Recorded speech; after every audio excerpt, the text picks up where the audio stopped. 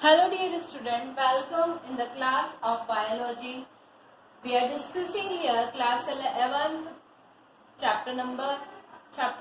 we are discussing here chapter number 11 cell cycle and cell division. Okay, preview video we are discussing about mitosis and amitosis. Today's lecture we are discussing about meiosis.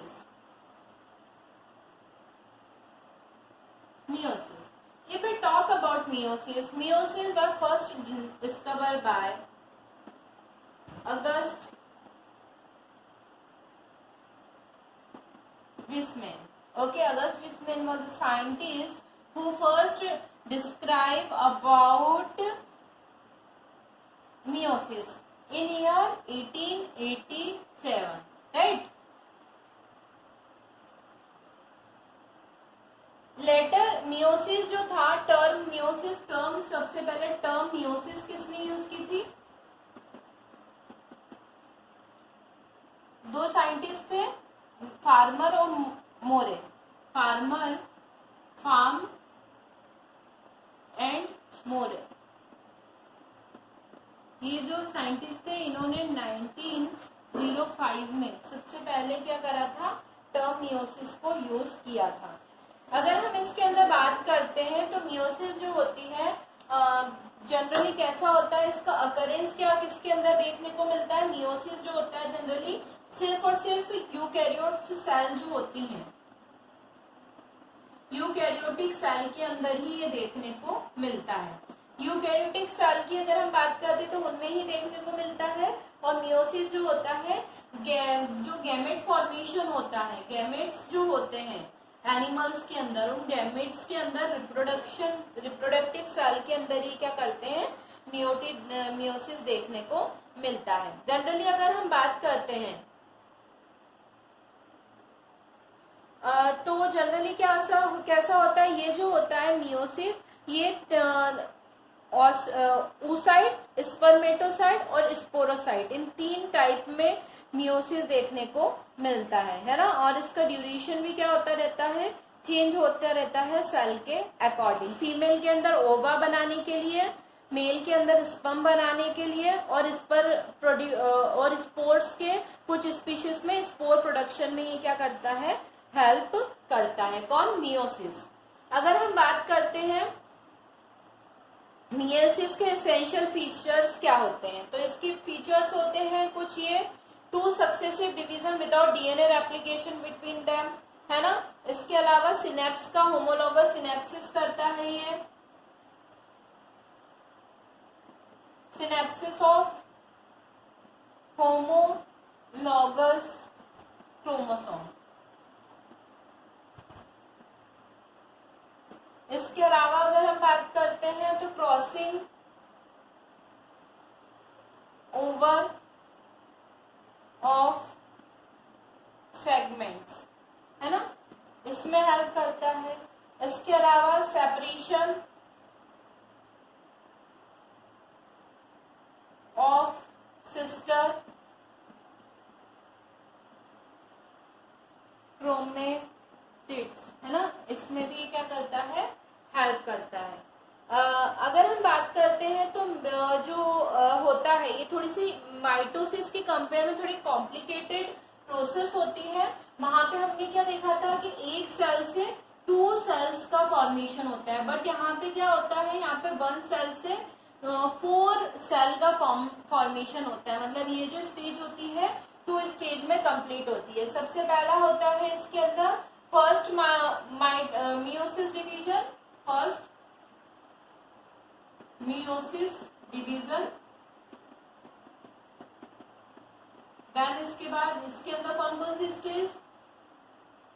सबसे पहली stage आती है इसके अंदर prophase first, है ना. Prophase first stage की बात करते हैं तो प्रोफेज फर्स्ट स्टेज जो है मोर देन 90% टाइम जो होता है इसी के अंदर रिक्वायर्ड होता है. और इसके अंदर जो जितना भी प्रोफेज जो होता है, जैसा माइटोसिस में होता है वैसे ही उससे लॉन्गर देन स्टेज होती है प्रोफेज फर्स्ट माइटोसिस के कंपेयर में. क्यों होती है? क्योंकि फर्दर सब 5 क्लास में डिवाइड होती है. सबसे पहले होता है इसके अंदर लेप्टोटीन स्टेज। सबसे पहले मैंने आपको क्या बताया, लेप्टोटीन स्टेज।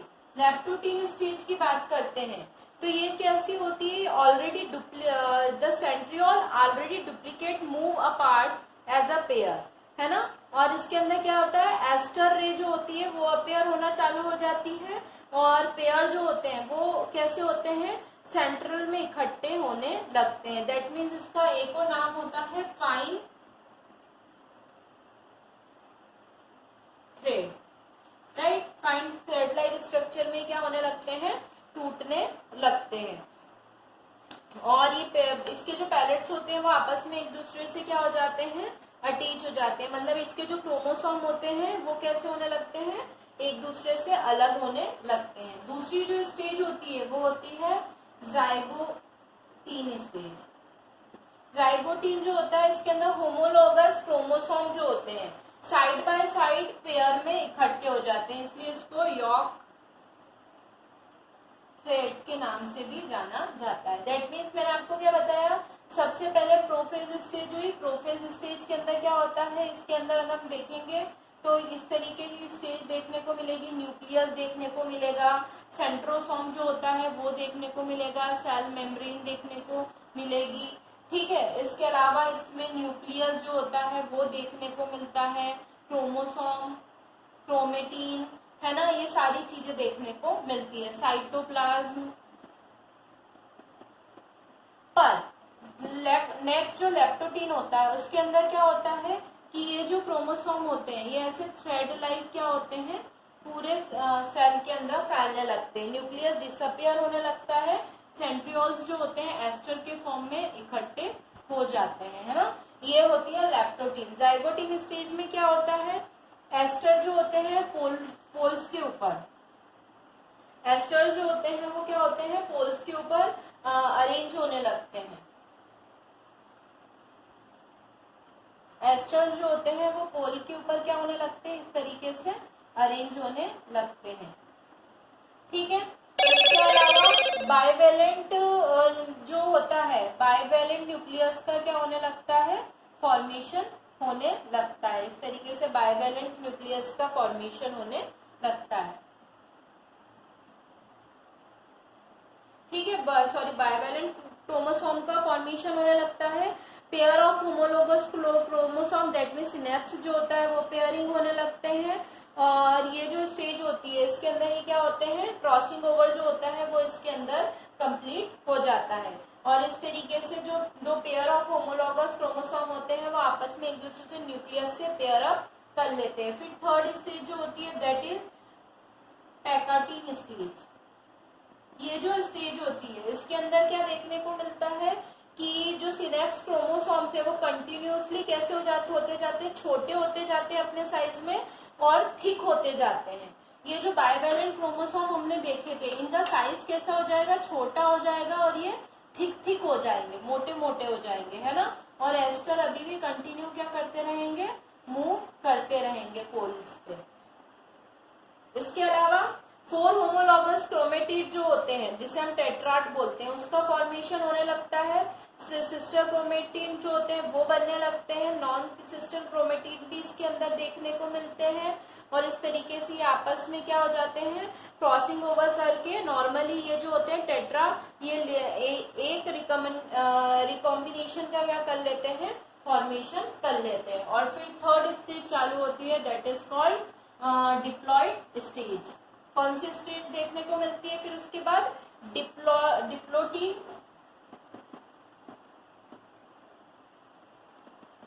डिप्लोटीन स्टेज देखने को मिलती है। डिप्लोटीन स्टेज में क्या होता है, अगर हम डिप्लोटीन स्टेज की बात करते हैं तो क्रोमेटिड्स जो होते हैं वो फॉर्म्ड होने लगते हैं।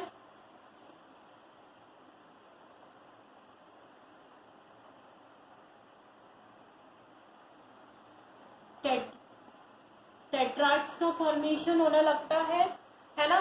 क्रोमेटिन जो होते हैं वो बनने लगते हैं,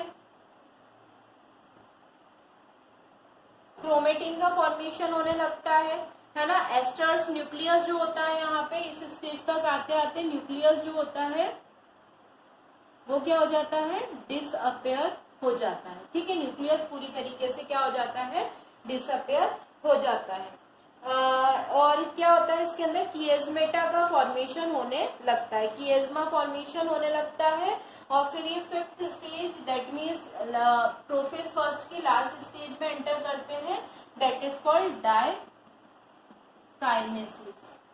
ठीक है, ये लास्ट स्टेज होती है इसकी, जिसके अंदर ये क्या होने लगते हैं, एंटर होने लगते हैं। डायकाइनेसिस स्टेज में क्या होता है, डायकाइनेसिस स्टेज जो होती है इसमें क्रोमोसोम कंडेंस हो जाते हैं और आपस में एक दूसरे से क्या होते हैं, इसको अक्रॉस मूवमेंट के नाम से भी जाना जाता है। तो ये जो होती है पूरी प्रोसेसिंग में क्या होते हैं, टाइटली कंडेंस हो जाते हैं और इसमें क्या होता है, टर्मिनाइजेशन जो होता है वो देखने को मिलता है। मतलब इसके अंदर अप्रोक्स दोनों जो स्टेज होती है वो एक जैसी होती है, बस इसके अंदर क्रोमोसोम जो होते हैं यहाँ से क्रोमेटिड से पूरे क्रोमोसोम का क्या हो जाता है, फॉर्मेशन हो जाता है। और न्यूक्लियर मेम्ब्रेन भी यहाँ पे क्या होने लगती है, डिसअपियर होने लगती है। अप्रोक्स ऐसी होती है, पर यहाँ पे क्या होता है, क्रोमोसोम बन जाते हैं और जो न्यूक्लियर मेम्ब्रेन होती है, न्यूक्लियर मेम्ब्रेन वो कैसी होने लगती है, डिसअपियर होने लगती है। ओके, और इस तरीके से प्रोफेज फर्स्ट स्टेज जो होती है वो क्या होती है, कंप्लीट होती है, किसकी, मियोसिस फर्स्ट की, है ना। फिर इसके बाद जो होता है नेक्स्ट स्टेज में ये एंटर करते हैं। The next stage is prophase के बाद क्या आता है, प्रोफेज के बाद आती है नेक्स्ट स्टेज, मेटाफेज। ओके, मैंने बताया ये इसमें मियोसिस डिवीजन दो तरीके, 4 सेल का फॉर्मेशन होता है। तो यहाँ पे क्या होगा, मेटाफेज फर्स्ट।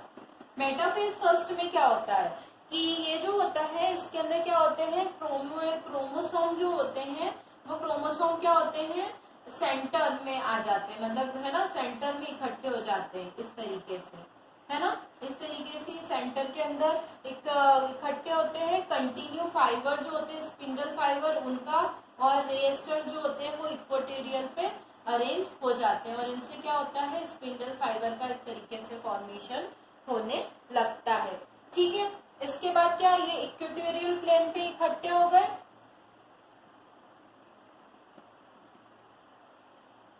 क्रोमोसोम, है ना।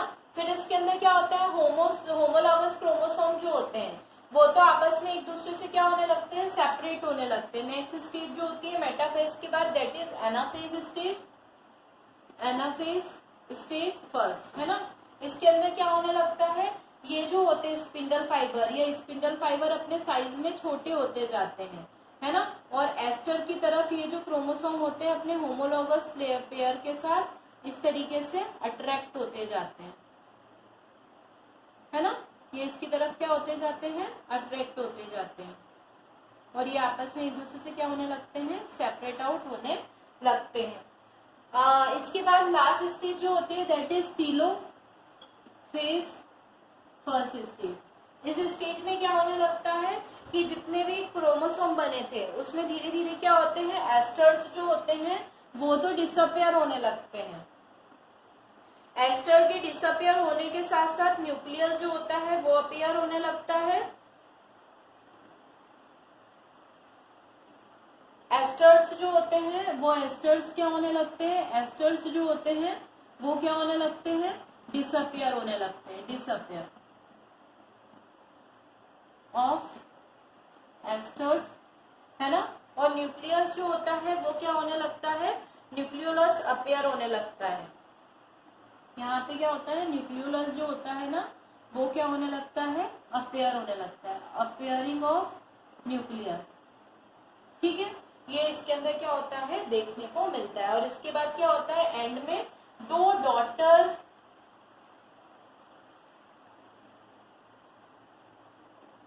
सेल फॉर्म्ड हो जाते, किसमें, मियोसिस फर्स्ट में, है ना। अब जब ये 2 डॉटर सेल फॉर्म्ड हो जाते हैं तो इसके बाद नेक्स्ट जो होता है वो होता है meiosis second. Meiosis second start होता है, किस तरीके से होता है वो बताएंगे हम आपको। ये मियोसिस फर्स्ट कंप्लीट हुआ, मियोसिस फर्स्ट के बाद मियोसिस सेकेंड स्टार्ट होता है। ठीक है, मियोसिस सेकेंड में सबसे पहली स्टेज होती है प्रोफेज सेकेंड। ठीक है, प्रोफेज सेकेंड की अगर हम बात करते हैं तो प्रोफेज सेकेंड में क्या होता है, सबसे पहले ये जो डॉटर सेल बने थे, ये सेल में क्या होता है, न्यूक्लियस जो होता है वो क्या होने लगता है, न्यूक्लियर मेम्ब्रेन डिसअपियर होने लगती है, न्यूक्लियर मेम्ब्रेन डिसअपियर, राइट, है ना। एस्टर्स जो होते हैं वो क्या हो जाते हैं, फॉर्म्ड हो जाते हैं, एस्टर्स का फॉर्मेशन हो जाता है, न्यूक्लियस जो होते हैं वो कंडेंस हो जाते हैं, न्यूक्लियस क्या हो जाते हैं, कंडेंस हो जाते हैं, इस तरीके से, है ना। फिर नेक्स्ट जो होती है that is metaphase stage, metaphase stage second, इसके अंदर क्या होता है, जो न्यूक्लियर मेम्ब्रेन जो होती है कंप्लीटली डिसअपियर होने के बाद एस्टर्स जो होते हैं वो पोल पे इकट्ठे हो जाते हैं, एस्टर्स जो होते हैं वो क्या हो जाते हैं, पोल पे इकट्ठे हो जाते हैं, इस तरीके से, ठीक है। और साथ साथ में क्या होता है, सेंटर में क्रोमोसोम जो होते हैं इक्वेटोरियल पे अरेंज हो जाते हैं और ये किसका फॉर्मेशन कर लेते हैं, स्पिंडल फाइबर का फॉर्मेशन कर लेते हैं, है ना। क्रोमेटाइड्स जो होते हैं, ये क्रोमेटाइड्स किसके अंदर कन्वर्ट होने लगते हैं। फिर नेक्स्ट स्टेज जो होती है वो होती है anaphase stage, anaphase second stage, इसमें क्या होता है कि जो क्रोमेटिड्स होते हैं वो किसके अंदर, क्रोमोसोम के अंदर चेंज होने लगते हैं, ये क्या होते हैं, क्रोमोसोम के अंदर क्या होने लगते हैं, चेंज होने लगते हैं और पोल पे इकट्ठे होने लगते हैं, इस तरीके से, है ना। इस तरीके से इसमें क्या होते हैं, विजिबल होने लगते हैं। धीरे धीरे क्या होता है कि जो साइटो जो जनरली क्या होता है, इसके बाद नेक्स्ट स्टेज आती है टीलोफेज स्टेज। ये जो टीलोफेज स्टेज होती है इसके अंदर क्या होता है, जो भी चीजें डिसअपियर हुई थी प्रोफेज फर्स्ट में, मतलब क्या होने लगता है, न्यूक्लियर मेम्ब्रेन जो होती है वो दिखाई देने लगती है ना। धीरे धीरे न्यूक्लियर मेम्ब्रेन अपेयर होने लगती है, राइट। एस्टर्स जो रहते हैं वो डिसअपियर होने लगते हैं, डिसअपियर ऑफ एस्टर, है ना। और फिर क्या होता है, जो स्पिंडल फाइबर होते हैं वो डिसअपियर होने लगते हैं, न्यूक्लियस जो होता है वो फॉर्म्ड होने लगता है सेल के अंदर, क्रोमोसोम अरेंज हो जाते हैं आराम से, है ना। साइटोप्लाज्म जो होता है वो बन जाता है और इस तरीके से दो न्यू सेल्स का ये क्या कर लेते हैं, डॉटर सेल्स का ये फॉर्मेशन कर लेते हैं, डॉटर सेल का, है ना। मतलब प्रोफेज फर्स्ट में मियोसिस फर्स्ट में दो सेल डॉटर सेल बनती है और मियोसिस सेकंड में दो डॉटर सेल बनती है और इस तरीके से टोटल 4 डॉटर सेल का क्या होता है, फॉर्मेशन देखने को मिलता है। और इस तरीके से क्या होती है, मियोसिस डिवीजन जो होता है 2 फेजेस में कंप्लीट होता है, meiosis first and meiosis second. Meiosis first थोड़ा कॉम्प्लिकेटेड होता है, उसमें प्रोफेज फर्स्ट सबसे ज्यादा कॉम्प्लिकेटेड होता है जिसमें 2 डॉटर सेल बनती है और टोटल इस तरीके से मियोसिस में क्या होता है, एक सेल से टोटल 4 सेल का क्या होता है, फॉर्मेशन होता है। वहां पे हमने क्या देखा था, एक सेल से कितने सेल बन रही थी, 2 सेल्स का फॉर्मेशन हो रहा था, किसमें, माइटोसिस में, ठीक है। और इस तरीके से हमारा मियोसिस जो होता है वो कंप्लीट होता है। किसमें हेल्प करते हैं ये, formation of gamete, formation of spore, है ना, maintenance of chromosome number, mutation, है ना, evidence based related to the organism. इस तरीके से क्या होता है कि ये जो पूरी मियोसिस सेकंड होती है, ये मियोसिस की होल प्रोसेस जो होती है फर्स्ट और सेकंड की कंप्लीट होती है और इस तरीके से क्या करते हैं, वर्क ऑन करते हैं। ओके, आई होप सो आप लोगों को सबको क्लियर होगा कि मियोसिस क्या होता है और माइटोसिस सेल डिवीजन क्या होता है और सेल साइकिल कैसे वर्क ऑन करती है। I hope so you all are clear all this topic. Okay, और इसी के साथ हमारा chapter number 11 cell cycle and cell division is also completed. Okay, write down work question जो आप अपने होमवर्क में असाइन है आप लोगों को। Right the difference between mitosis and meiosis cell division, ठीक है। ये क्वेश्चन आप इस क्वेश्चन को अगर घर पे सॉर्ट आउट करते हो, difference between mitosis and meiosis, तो आपको ये जो टॉपिक है और अच्छे से क्लियर हो जाएगा। ये आपका होम असाइनमेंट है या होम वर्क है, ठीक है। सो ये आप अपनी कॉपी के अंदर है ना राइट डाउन करना, सॉर्ट आउट करने की कोशिश करना, ताकि आपको माइटोसिस और मियोसिस में डिफरेंस और अच्छे से क्लियर हो सके। अब नेक्स्ट क्लास में हम नेक्स्ट टॉपिक स्टार्ट करेंगे। Till then student, have a nice day, good bye.